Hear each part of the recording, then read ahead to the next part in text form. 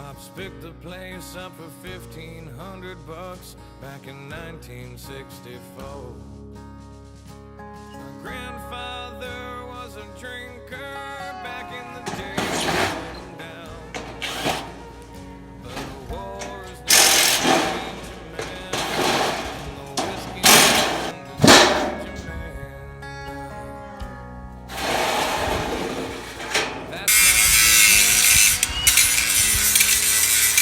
I really drink from the bottle, but I'll smoke a little weed. I still live in the sticks where you wouldn't go.